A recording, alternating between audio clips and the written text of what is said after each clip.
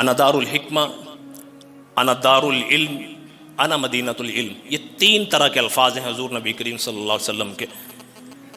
وعلی بابوہا، فرمایا کہ میں حکمت کا گھر ہوں، میں مدینۃ العلم ہوں، علم کا شہر ہوں، علی اس کا دروازہ۔ یہ صحیح روایت، صحیح روایت۔ فرمایا میں حکمت کا، علم کا گھر ہوں، شہر ہوں، علی اس کا دروازہ ہے، شہر میں اس کے دروازے کے بغیر داخل نہیں ہوا جا سکتا۔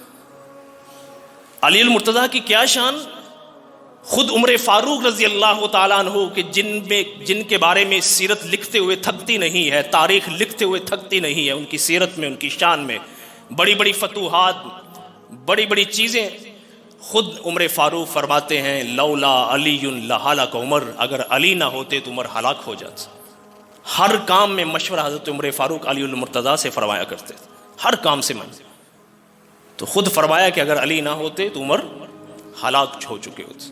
یہ علی المرتضیٰ ہے، اتنی شان، اتنا مقام، اتنا مرتبہ کہ آگے جو اللہ نے بچے عطا فرمائے وہ جنتی نوجوانوں کے سردار بچے، جو اللہ نے زوجہ عطا فرمائی وہ جنتی عورتوں کی سردار، جو اللہ نے ان کو والدہ عطا فرمائی، حضور ان کی قبر میں لیٹ رہے ہیں کہ قبر میں ان کو کوئی ڈر نہ لگے، کوئی وحشت نہ لگے۔ یہ علی المرتضیٰ رضی اللہ تعالیٰ عنہ۔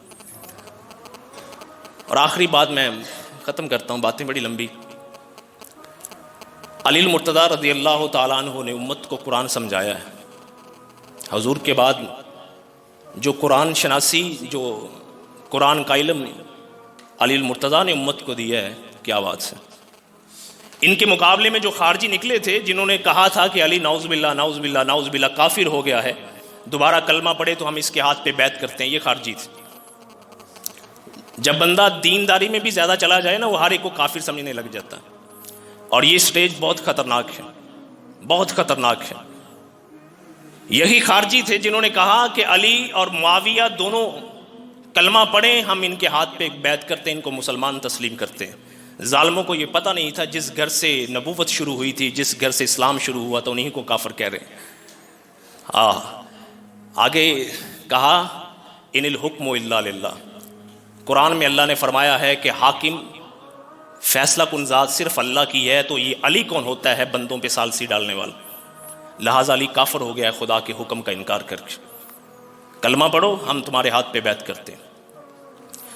یقین جانیے جب میں نے یہ ساری چیزیں پڑھی ہیں تو میں علی المرتضیٰ رضی اللہ تعالیٰ عنہ کے تدبر، ان کی فہم کا اور زیادہ گرویدہ ہوں۔ کس لیے؟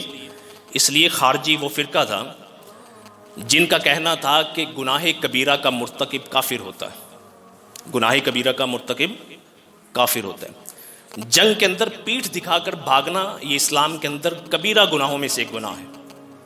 چونکہ ان کا عقیدہ تھا کہ کبیرہ گناہ کا مرتکب دار اسلام سے نکل جاتا ہے، یہ جنگ میں سارے کے سارے مر جاتے تھے، جنگ کے میدان چھوڑ کر بھاگتے نہیں تھے۔ علی المرتضیٰ کی زندگی ان کو ختم کرنے میں گزری، آگے کئی خلفاء کی زندگی اس فرقے کو ختم کرنے کے لیے گزری۔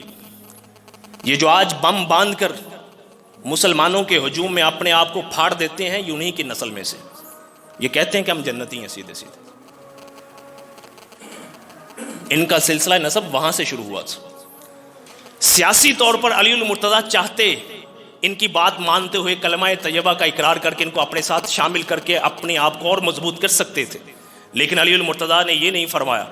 فرمایا کہ میں کس طرح اپنے پچھلے اعمال کو ضائع تباہ و برباد کر دوں، دوبارہ کلمہ پڑھ کے اپنے آپ کو سمجھوں کہ میں پہلے کافر ہوں۔ ان کے خلاف جہاد کیا، اور اس وقت یہ بات ارشاد فرمائی تھی علی المرتضیٰ رضی اللہ تعالیٰ عنہ نے، جب آگے سے یہ خارجی کہا کرتے تھے نا ان الحکم الا للہ، ان الحکم الا للہ، تو بڑے سادہ لوگ مسلمان ان کے اس نعرے میں آ جاتے تھے۔ علی المرتضیٰ نے تب فرمایا تھا کلمۃ حق ارید بها الباطل، بات تو حق ہے، بات تو سچ ہے، لیکن اس سے مراد باطل ہے، اس سے مراد باطل ہے۔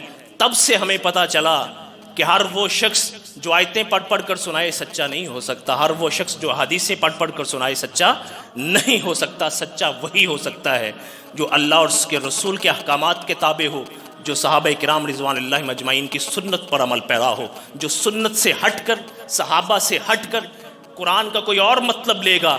ہم معاذ اللہ یہ نہیں کہیں گے کہ قرآن جھوٹا ہے، ہم کہیں گے یہ شخص جھوٹا ہے اگرچہ قرآن کی آیتیں کیوں نہیں پڑھ رہا۔ یہ نقطہ علی المرتضیٰ نے امت کو سمجھایا تھا۔ بہرحال علی المرتضیٰ رضی اللہ تعالیٰ عنہ 40 ہجری میں رمضان المبارک کو ان کی شہادت ہوئی۔ اسی خارجی فرقے کے ایک شخص نے، انہوں نے آپس میں طے کیا کہ ان کی وجہ سے امت میں قتل و غارت ہوئی ہے، لڑائیاں ہوئی ہیں، لہٰذا ان کا ہی صفایا کیا جائے۔ خیر، علی المرتضیٰ رضی اللہ تعالیٰ عنہ کو 20 رمضان اور کچھ نے کہا ہے 17 رمضان المبارک 40 ہجری میں مسجد میں شہید کیا گیا تھا، ان پہ وار کیے گئے تھے۔ علی المرتضیٰ کی شخصیت وہ ہے کہ جن کے بارے میں یہ روایت ملتی ہیں، اگر جس میں اختلاف ہے لیکن یہ روایت میں ضرور ملتی ہے کہ ان کی ولادت خانہ کعبہ کے اندر ہوئی تھی اور ان کی شہادت مسجد کے اندر ہوئی تھی۔ جو آیا خانہ کعبہ میں گیا مسجد سے، اس کی شان کے کیا کہنے۔ اقول قولی ھذا استغفر اللہ لی ولکم۔